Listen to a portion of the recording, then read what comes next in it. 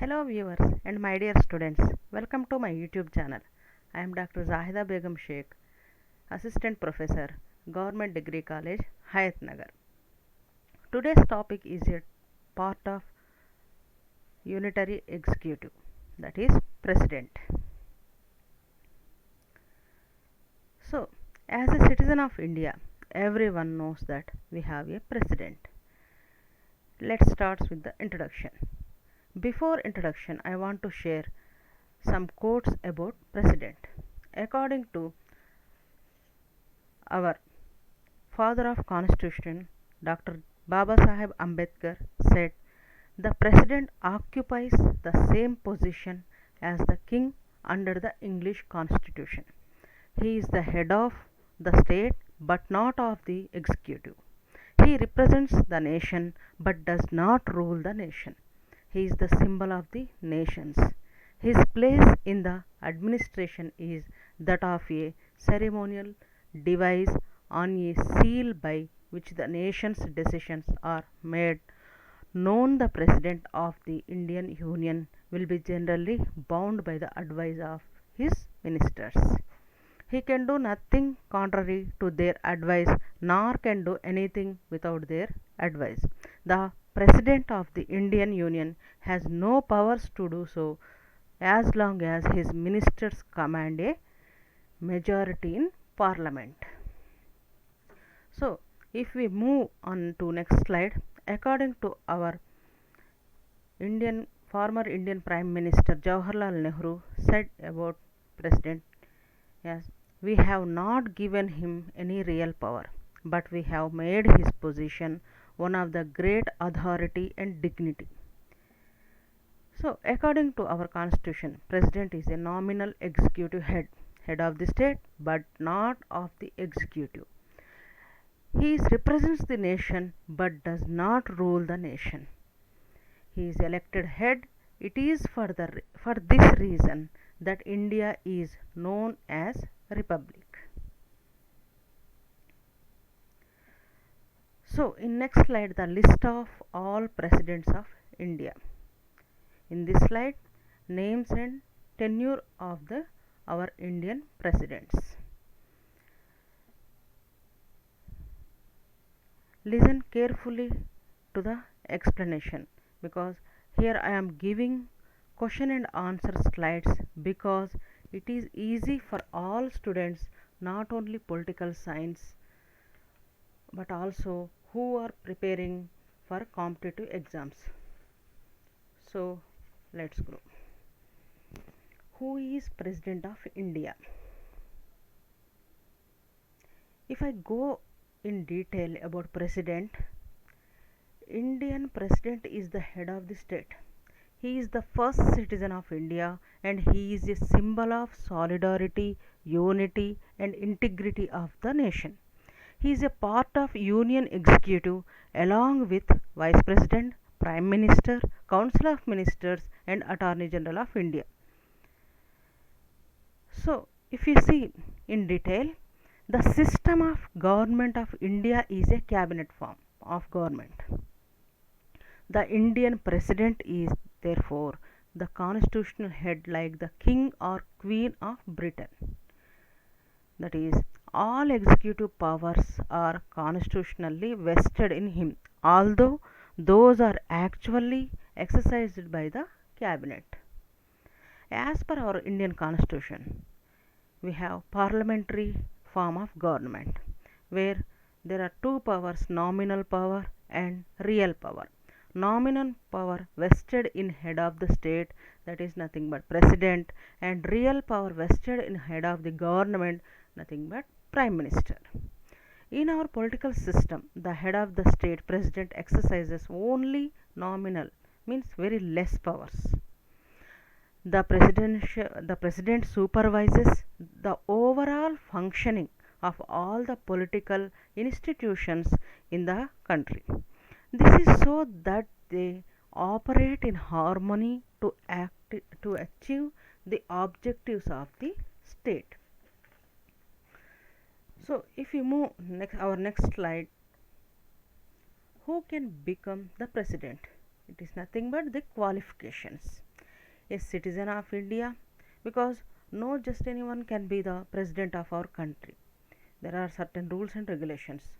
Number 1 is citizen of India, and number 2 not less than 35 years of age, and the presidential candidate should be qualified to become a member of the Lok Sabha and should not hold any office of profit under the government. And if you see some more points in this context, certain office holders, however, are permitted to stand at presidential candidates. There are the current vice president, the governor of any state, a minister of the union or any state. In the event that the vice president or a governor or a minister is elected as president, they are considered to have vacated their provincial office, means previous office, on the date they begin serving as president. So this is all about qualifications. Next, what are the conditions of the president's office? There are few conditions for the candidate running for the president's elections. He cannot be a member of Lok Sabha and Rajya Sabha. And number 2, he should not hold any office of profit. Means if he has been a member of either of the house, he should vacate the seat on his first day as presided in the office. And number 3, for his residence, Rashtrapati Bhavan is provided to him without the payment of rent. And we see more points like Parliament decided his emoluments, allowances and privileges. Parliament cannot diminish his emoluments, allowances during his terms of office. And one more important point, he is given immunity from any criminal proceedings. Listen carefully to the explanation. What are the conditions of the president's office? The main condition is he is given immunity from any criminal proceedings. Even in respect of his personal acts, arrest or imprisonment of president cannot take place. Only civil proceedings can be initiated for his personal acts, that too after giving 2 months of prior notice. Can the president office be vacant? Yes, his office can be vacant in the following ways. 1. The president of India completes his term of 5 years in the office. If the president resigns by putting forward his resignation to the vice president of India, if Lok Sabha or Rajya Sabha initiates an impeachment charge and they stand valid, he is removed. If he dies in the office, and last one, if Supreme Court declares his election invalid. In these circumstances only can the president's office be vacant. Next important part in president chapter is electoral college. Not every citizen participate in the election, in president's elections. There is no direct election for the Indian president. An electoral college elects him. So president is elected by the MPs and MLAs. Okay, who elects the president? Listen carefully to the explanation. I will read out the slide and I will explain. The electoral college responsible for president's elections comprises elected members of Lok Sabha and Rajya Sabha, or elected members of parliament. Next, elected members of legislative assemblies of various states. Next one, legislative assemblies of the union territories of Delhi and Puducherry. Who does not take part in the president's elections? The following group of people are not involved in the electing the president of India.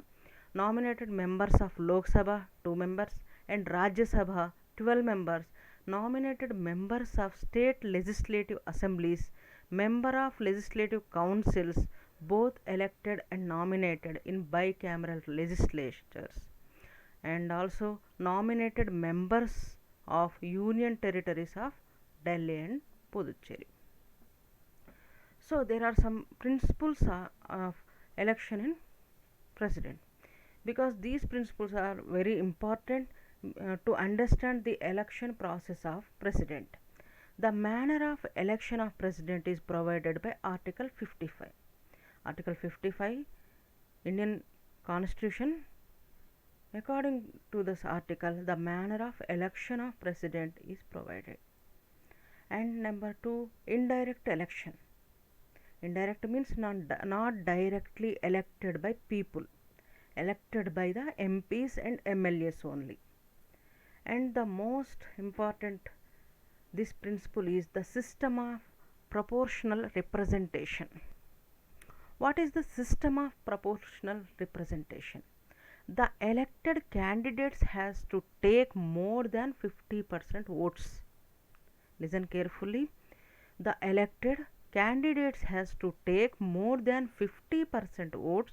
If suppose the total votes are 1 lakh, the elected candidate has to gain at least 50,001 votes. So the votes can cast his vote to as many candidates as he desires in the order of his preference. The preference will be 1, 2, 3, any preference, but according as many candidates as he desires in the order of his preference. Okay. Next one, if a candidate manages more than 50% first preference votes, he is declared elected. If he fails, then the single transferable vote system comes into operation. So next principle is single transferable vote method. What is the single transferable vote, STV system? If any of the candidate fails to get more than 50% votes, second round of counting take place. Please listen carefully, this is very important. In this round, the second preference votes of the candidate who has received minimum number of first preference votes are added to the votes of other candidates. Okay, I will tell you once again. If any of the candidate fails to get more than 50% votes, second round of counting take place. In this round, the second preference votes of the candidate who has received minimum number of first preference votes are added to the votes of other candidates. If still the leading candidate fails to get more than 50% votes, a third round of voting takes place. In this round, the candidate who finishes last in the second round, his second preference votes are added to the candidates above him. The process continues till one candidate must have absolute majority, that is more than 50% votes. This is STV, single transferable vote. And it is also secret ballot system. And one more principle is uniformity of representation. What is the uniformity of representation? Not all the votes are equal in terms of their value. For instance, the value of an MP is more than that of an MLA because he represents a larger population. Similarly, even MLAs of different state assemblies have different vote value. The value of the votes are in proportion to the population that votes represent. So how it will calculate? Listen carefully. Value of the vote of an MLA equal to total population of the state by total number of elected MLAs. The number thus received is further divided by 1000. Okay, this is the value of vote of an MLA. And next one, value of the vote of an elected MP. Total votes of the member of state legislatures divided by total number of the elected MPs. So this is very important, the principles and the value of vote of an MLA, MP, how we calculate is more important in this context. If we move our next slide, how is president elected? If we see the only theory part, now we will see the practical part. So president is elected by MPs and MLAs, as you know. At least 50 MPs or MLAs should sign the nomination papers of the candidate as proposers and seconders. Next one, a voter, whether MP or MLA, cannot propose or second more than one candidate. In general, our normal elections, Lok Sabha or Assembly elections, the value of the vote of every citizen is the same, equal to one vote.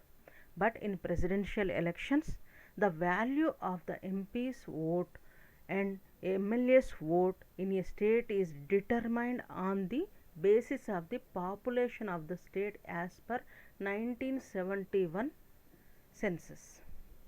For example, in Telangana, number of assembly seats are 119. Population of Telangana as per 1971 census are 1.57 crores. Vote means value of the vote of each MLA equal to 1.57 crores by 119 means total number of assembly seats into 1000, that is 132. So total value of votes of all states of MLAs 119 into 132, that is 15,708. So value of the one MLA in Telangana is 132. So Andhra Pradesh is 159, like that. So the value of MP's vote in determined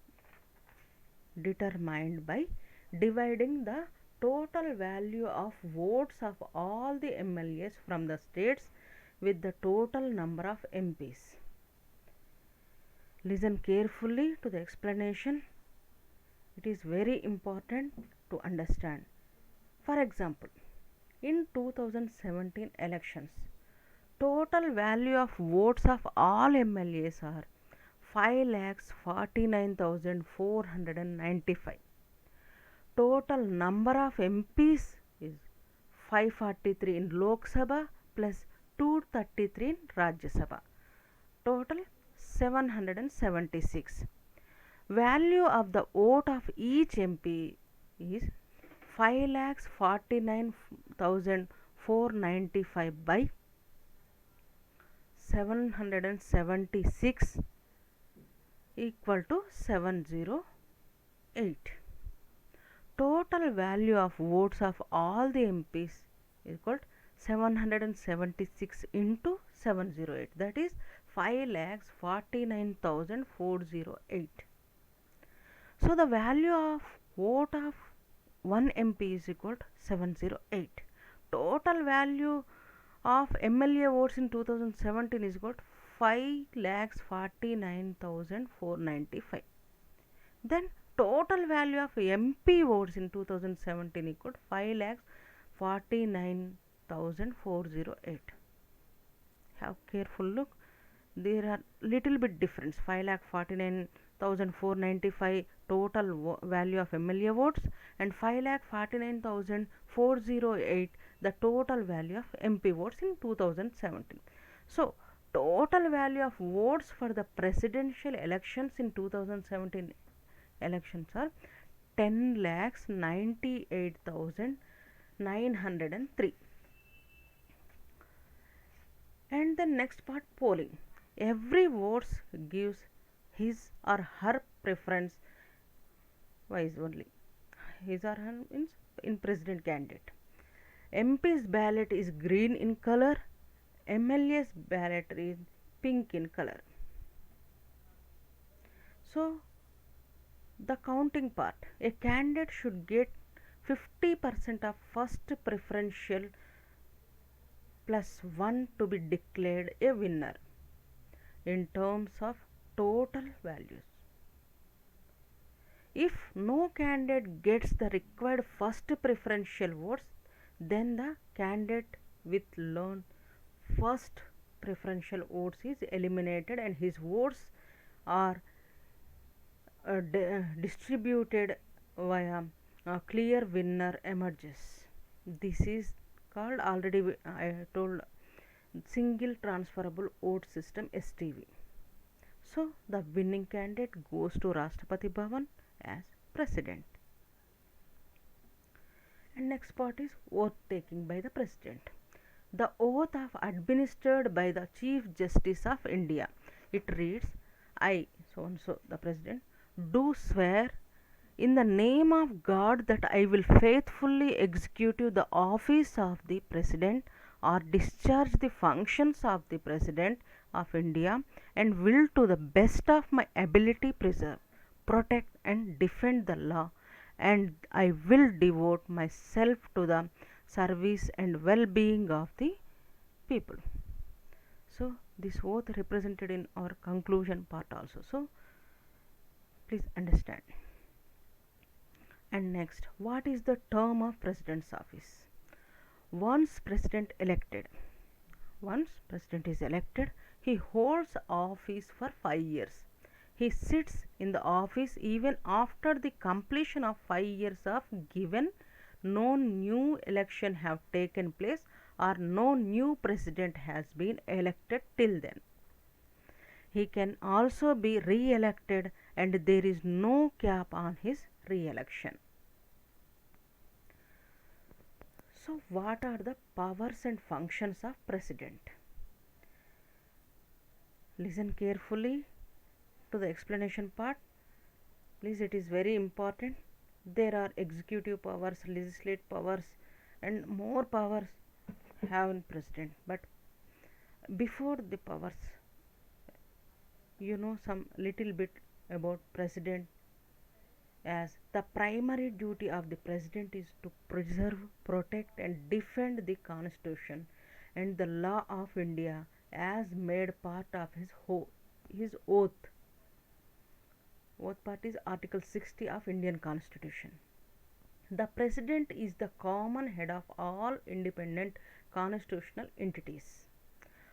All his actions, recommendations and supervisory powers over the executive and legislative entities of India shall be used in accordance to uphold the Constitution.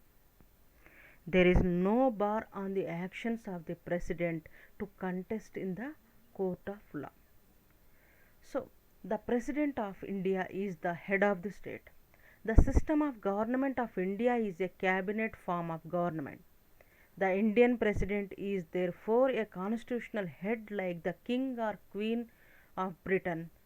I already told. That is, all executive powers are constitutionally vested in him, although those are actually exercised and executed by the cabinet. In India, the powers of the union government are treated as the powers of the president because these powers are used in his name in pursuance of constitutional stipulation under Article 53, which reads, the executive powers of the union shall be vested in the president and shall be exercised by him either directly or through the officers subordinate to him in accordance with the constitution. So the constitutional powers and functions of the president of India may be classified into 6 principal types. If you move our next slide, The executive powers of the president. Number 1, the head of the union. The president is the head of the union executive. Consequently, all executive powers are exercised in his name. The executive power of the union to be exercised by the president is extended to the matters with the respect to which parliament has power to make laws and to conclude treaty and agreement. Next, appointments in executive power functions. Second executive function is appointment. As head of executive, the president appoints the governor of states, the judges of the Supreme Court and the High Courts, the Auditor General of India, and many other high officials such as the members of Finance Commission, Election Commission, and Union Public Service Commission, etc. Number 3 executive power is appointment of the Prime Minister and other ministers. The president also appoints the Prime Minister and with his advice the other ministers of the Union Council of Ministers. But here too, as in all other appointments, the president can seldom use his discretion power. He is ordinarily duly bound to summon the leader for the political party which secures an absolute majority in the Lok Sabha to become the Prime Minister and form the ministry. He does enjoy some discretionary powers in the matter only under exceptional circumstances. When no single political party wins a clear absolute majority and as a result no council of ministers can be formed without a coalition of parties, the president can exercise his discretionary judiciously in appointing the prime minister.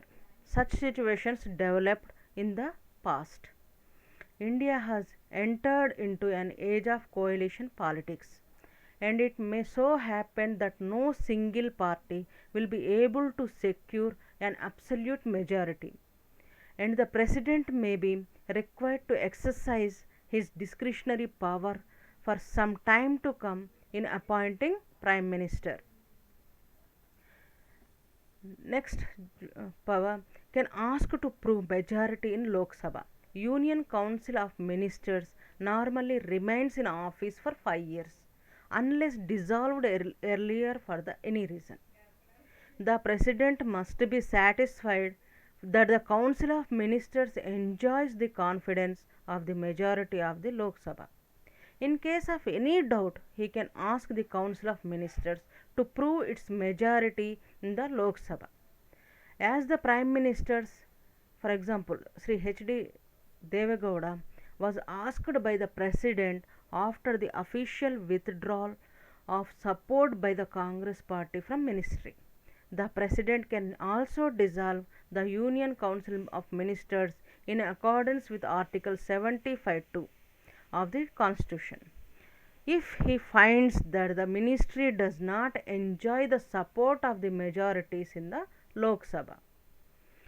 Next, executive power, Supreme Commander. As a head of state, the president is the supreme commander of the armed forces of India and is entitled to declare war on concluded treaty. So, we move on next slide as legislative powers of president. Number 1, the president is a part of parliament. The union legislature or parliament consists of the president and 2 houses of parliament. The parliament is therefore an integral part of union legislature. He shall summon from time to time, either separately or jointly, the houses of parliament. The president can prorogue the house or either house of parliament and if necessary can dissolve the lower chamber of parliament, the Lok Sabha. For example, the president solved the 12th Lok Sabha in early 1999 when the confidence motion in favor of the Vajpayee government was lost in the Lok Sabha. Next legislative power, summons and addresses Parliament. The President may addresses either or both House of Parliament. In such address, at the first session after general elections to the Lok Sabha and at beginning of joint session of Parliament each year, he may place the reasons for summoning it. Apart from addressing Parliament, the President may also, in case of necessities, send messages to either House or to both Houses, according to Article 86(2). Normally, the President does not send such a message unless, however, he has a serious disagreement with the Council of Ministers. Next, nomination. The President nominates a number of members in both houses. The chief purpose of the nomination is to ensure adequate representation in Parliament of all sections of population, which may not always be achieved through elections. And next legislative power is power in respect of bills. It's very important. The President has certain functions in respect of passing of a bill. A bill passed by both the houses of Parliament requires his assent in order to become an act. He may give his assent to a bill or can withhold assent when a bill, after getting approved in both of houses, is placed before the President.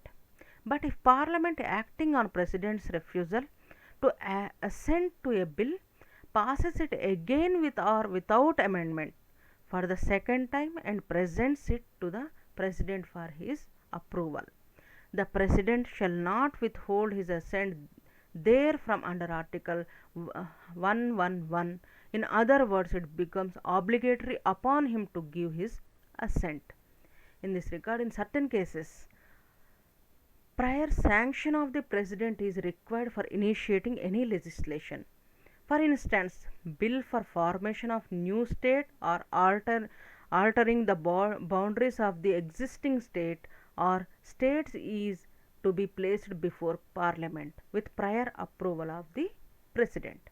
Money bill is another example where obtaining of such approval of the President is a constitutional necessity. And next one, bill passed by a state legislature. A bill passed by a state legislature may also be reserved for the consideration of the President by the governor of that state. The President enjoys this right in relation to a bill passed by a state legislature only in such cases where those are referred to him by the government of a state under Article 200. Next, we'll move on. The Ordinance Act. Power to promulgate ordinance. Except when both houses of Parliament are in session, the President may promulgate such ordinance as the circumstances appear to him to require, according to Article 123. Such an ordinance can have the same force and effect on an act of Parliament. Such an ordinance shall cease to operate unless passed by both houses of Parliament within the stipulated period. For example, A.K. Roy versus Union of India case 1982 illustrates the proposition that the satisfaction of the President must be as to the existence of a situation which makes it necessary for the President to promulgate such an ordinance. The more controversial and debatable legislative power of the President has always been the ordinance making power. Usually, the power to make the laws rests with the Parliament. However, special power on the President empowering him to promulgate ordinance when the Parliament is not in session and the circumstances are such which require immediate action. An ordinance cannot be promulgated when both the houses of Parliament are in session. However, it may pass when only one house is an in session, the reason being that a law cannot be passed by only one house, and thus it can be meet a situation calling of immediate legislation. This power granted to the President in the Indian Constitution is unique, and no such power has been conferred upon the executive in Britain or the USA. In justification of the inception of the ordinance making power in the Constitution, Dr. Ambedkar said that there might be a situation of emergency when the houses of the Parliament are not in session. It is important to this situation should be deal with. In it seems to me that the only solution is the confer upon the President the power to promulgate the law which will enable to executive to deal with that particular situation, because it cannot resort to the ordinary process of law because the legislature is not in session. So next slide we will move on financial powers of President. The President of India also exercises financial powers. No money bill can be introduced in Parliament without the recommendation of the President. According to the Constitution of India, the annual financial statement is placed by the President before both the Houses of Parliament. This statement shows the estimates of revenue and expenditure of the central government for the next year. It may be pointed out that the proposal for taxation and expenditure cannot be made without the approval of the President. No proposal for spending money or raising revenues for purpose of government can be introduced in the Parliament without previous permission of the President. So, if you see judicial powers of President, the judicial powers are very important in President's powers. The President of India grants pardons, reprieves, or remissions of punishment to any person who has been convicted by a court of law, as mentioned in Article 72 of Indian Constitution. Article 72.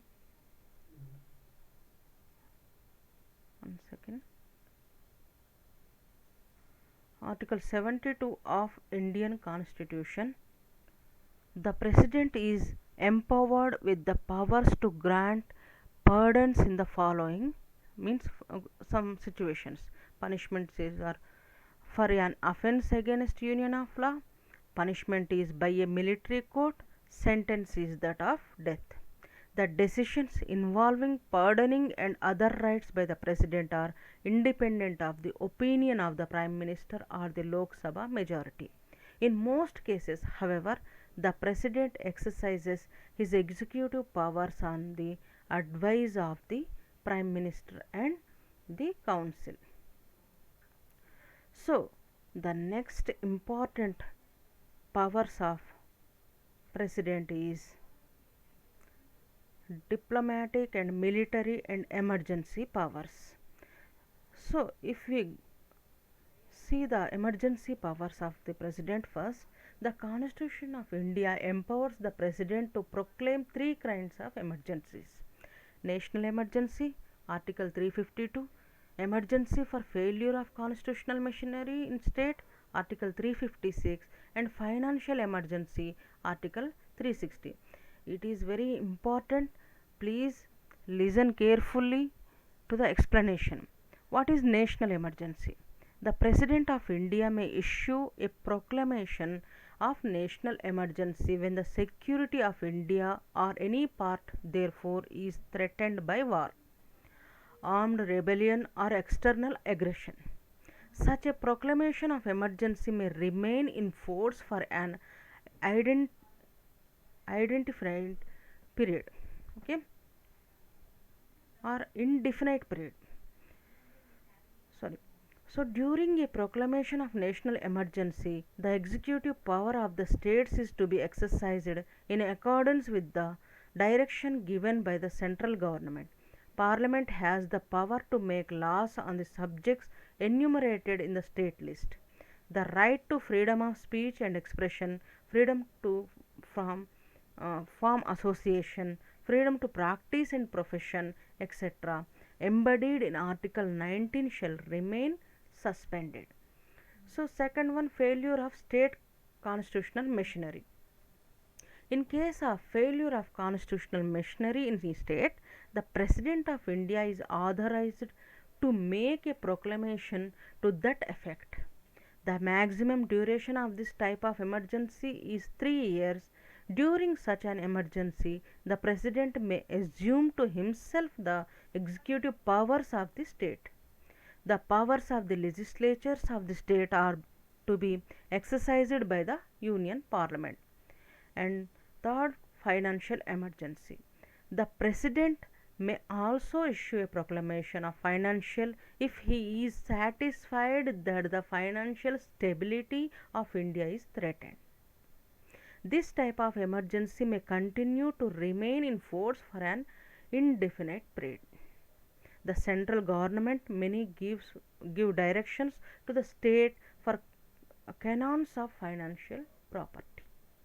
All money bills passed by the state legislature are to be reserved for the consideration of the President. The President of India grants pardons, reprieves, as I said earlier, or remissions of the punishments. So, what is the diplomatic powers? All international treaties and agreements are negotiated and concluded on behalf of the President. However, in practice, such negotiations are usually carried out by the Prime Minister along with his cabinet, especially the foreign. Also, such treaties are subject to the approval of the Parliament. The President represents India in international forums and affairs where such a function is chiefly ceremonial. The President may also send the receive diplomats, that is the officers from the Indian Foreign Service, because the President is the first citizen of the country. And what about military powers? The President is the supreme commander of the Indian Armed Force. The President can declare war or conclude peace on the advice of the Union Council of Ministers headed by the Prime Minister. All important treaties, contracts are made in the President's name. He also appoints the chiefs of the service branches of the armed forces. So, this is all about the powers of President. So, what is the procedure for impeachment of a president? The only condition for the initiation of impeachment of Indian president is the violation of the constitution. Have a note, Indian constitution contains no definition of violation of constitution. The impeachment process of president is given below. Like, we have taken Lok Sabha as the first house to initiate the impeachment charges. However, Rajya Sabha too can initiate the impeachment charges against president, and in that case it will pass the resolution and send the charges to Lok Sabha, which will investigate and pass it if it finds those charges valid. Have a look. This is the procedure. The impeachment charges are signed by 1/4 of the members of the Lok Sabha. Means I will explain detail. It is first stage. Impeachment stage 1 is it can be initiated by not less than the 1/4 of the total membership of any of the house. The members gives 14 days notice to president informing him or her of the intention of impeachment. After 14 days, a resolution is passed by 2/3 members. Impeachment stage 2. The president may defend himself either personally or through council if in the other house the charges are proved, the president shall stand impeached.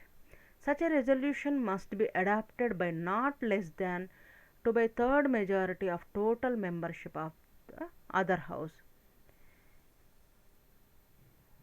We move on next slide, which is explain clearly that removal or impeachment process of president.